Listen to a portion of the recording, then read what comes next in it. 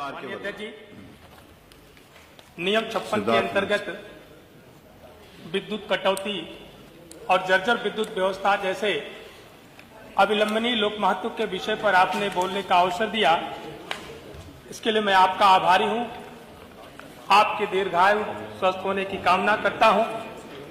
महोदय, अघोषित विद्युत कटौती की वजह से पूरे प्रदेश में हाहाकार मचा है।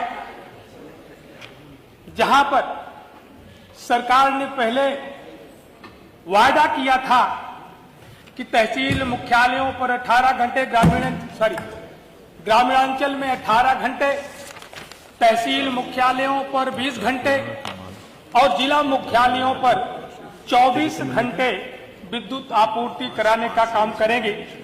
महोदय, आज इस बात को बताते हुए, इस सदन में रखते हुए बहुत दुख हो रहा है कि ग्रामीणांचल में 6 घंटे से लेकर के 8 घंटे तक विद्युत की आपूर्ति हो रही है। तहसील मुख्यालयों में 8 घंटे से लेकर के 10 घंटे की विद्युत आपूर्ति हो रही है। जिला मुख्यालयों पर 10 घंटे से लेकर के 12 घंटे की विद्युत आपूर्ति हो रही है, जिससे जनमानस में त्राही त्राही मची है। महोदय, आज किसान बेहाल है, उसकी फसल सिंचाई के अभाव में सूख रही है। मानव किसान जब अपना निजी पंपिंग सेट चला करके अपने खेत को रवाना होता है और खेत में नहीं पहुंचता, उससे पहले ही बिजली गुल हो जाती है। मान्यवर, आज आलम तो यह है कि वैवाहिक कार्यक्रमों में वर और वधू का जोड़ा वरमाला डालने को तैयार और पता चलता है कि बिजली गुल। महोदय, बाराती भी जाकर के भोजन का निवाला लेकर के करने को तैयार और पता चलता है कि बिजली गुल। आज देश के कर्णधार नौनिहाल बच्चे जो छोटे छोटे अपने वजन से ज्यादा किताबों और कॉपियों का बोझ उठा करके घर पहुंचते हैं, सोचते हैं कि पंखे की, एसी की, कूलर की हवा मिलेगी, पहुंचते ही पता चलता है कि बिजली गुल। व्यापारी परेशान है। मानवत, आज के जो हालात हैं, किसानों की फसल बर्बाद हो जा रही है। माननीय मुख्यमंत्री जी ने स्वयं इस बदहाल व्यवस्था को देखा। महाकुंभ की समीक्षा जब आप कर रहे थे प्रयागराज में, और आपने जब यह सुनिश्चित कराना चाहा कि महाकुंभ में 24 घंटे निर्बाध विद्युत आपूर्ति होनी चाहिए, और तब तक पता चला शहर वालों को कि बिजली गुल। महोदय, इसलिए आज के जो हालात हैं, एक बदलाव जरूर आया है कि विद्युत व्यवस्था को लेकर के जनमानस में नाखुशी है, त्राही त्राही है, नाराजगी है, लेकिन विद्युत विभाग की विजिलेंस टीम की बल्ले बल्ले है। वो सुपरमैन की तरह से जब कभी रात के अंधेरे में भी किसी उपभोक्ता के घर में छापा डाल देते हैं। घरों में जब पुरुष नहीं होता, महिलाएं और बच्चे ही अकेले घर में होते हैं, उस वक्त भी विजिलेंस की टीम छापा डाल करके उनका उत्पीड़न करने का काम करती है।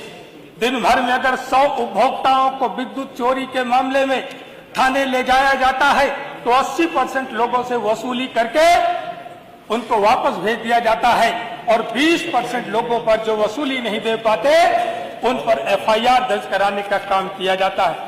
मानवत, इसलिए आज जो सरकार ये प्रचार करने का काम करती है कि हम 18 घंटे, 20 घंटे, 24 घंटे बिजली मुहैया कराने का काम कर रहे हैं, आज ये समझ में नहीं आता कि उनका आंकड़ा कहां से आता है, उनका डाटा कहां से आता है। इस विद्युत कटौती से जनमानस में इतने बड़े पैमाने पर नुकसान हो रहा है।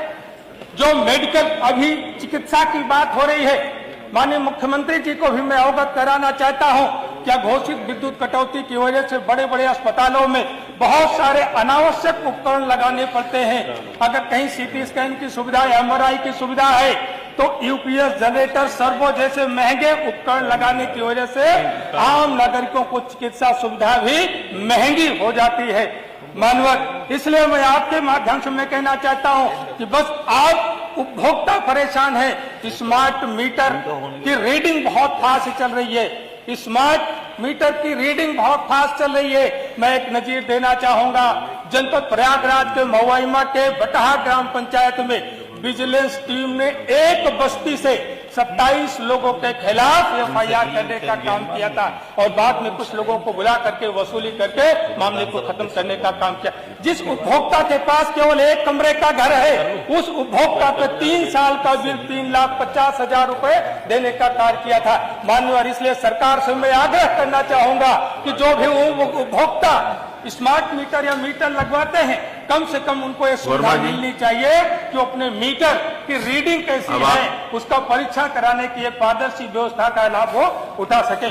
माननीय, आज जो सरकार के पास आंकड़ा आता है, अगर वो आंकड़ा ऑनलाइन आएगा, माननीय अधिष्ठाता महोदय, केवल 1 मिनट में अपनी बात को मैं खत्म करूंगा, केवल 1 मिनट में।